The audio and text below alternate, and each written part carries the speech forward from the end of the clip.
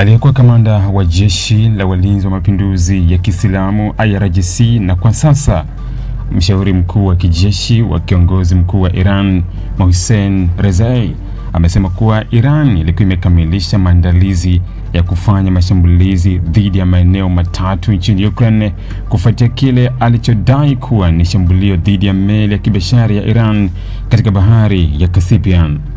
Hata hivyo, amesema operesheni hiyo ilisimamishwa katika dakika za mwisho baada ya Ukraine kutoa maelezo na kile alichokiita ombi radhi kupitia njia za kidiplomasia.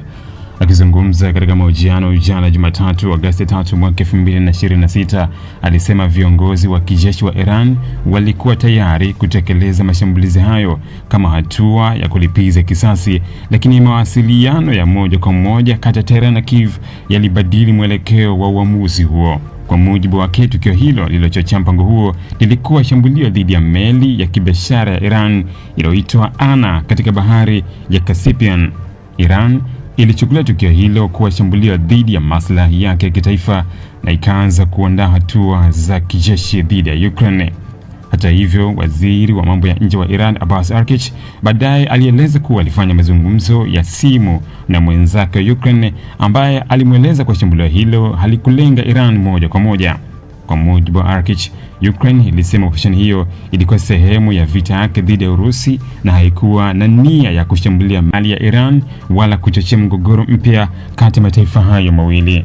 Rezai amesema maelezo hayo pamoja na kila alichokiita kuwa ni kuomba radhi kutoka upande wa Ukraine yaliifanya Tehran kusitisha mpango wa mashambulizi dhidi ya maeneo matatu yaliyokuwa tayari yamechaguliwa nchini humo. Hata hivyo, hakutaja maeneo hayo yalikuwa ni wapi wala ni aina gani ya silaha ambazo zingetumika katika operesheni hiyo. Kauli hiyo ni moja kati ya kauli kali zaidi kwa kutolewa na kiongozi wa ngazi ya juu wa Iran kuhusu uwezekano wa kuishambulia Ukraine tangu kuibuka kwa mvutano unaohusisha meli ya Ana.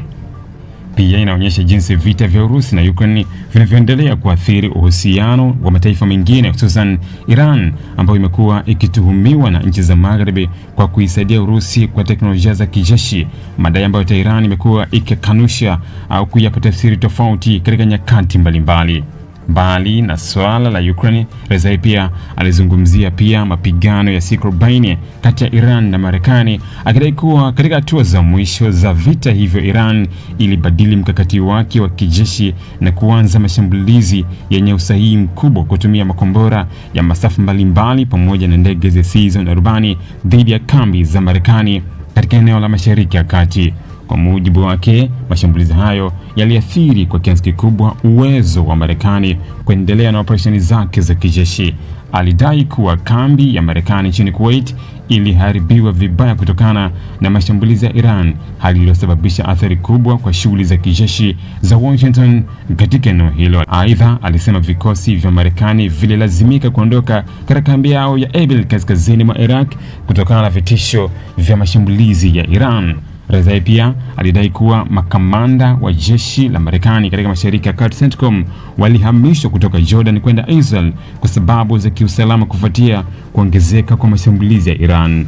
Kwa mujibu wake, hatua hizo zilionyesha kuwa Iran ilikuwa imefanikiwa kuongeza gharama za kijeshi kwa Marekani na kuifanya Washington kufikiria upya mipango yake ya kuanzisha operesheni kubwa ya ardhi nchini Iran. Hata hivyo, madai hayo hajathibitishwa na vyanzo huru, huku serikali ya Marekani ikiwa haijatoa taarifa inayothibitisha kuharibiwa kwa kambi yake nchini Kuwait, kuondoka kwa vikosi vyake Erbil kwa sababu ya mashambulizi ya Iran, wala kuhamishwa kwa makamanda wa CENTCOM kwa sababu alizozitaja Rezai. Wachambuzi wa masuala ya usalama wanaona kuwa kauli hizo zinaashiria kuwa Iran inaendelea kutuma ujumbe wa kujibu kwa nguvu mashambulizi yoyote dhidi ya maslahi yake, huku ikisema kuwa iko tayari kutumia uwezo wake wa kijeshi endapo itahisi usalama wake au maslahi yake ya kimkakati yanatishiwa.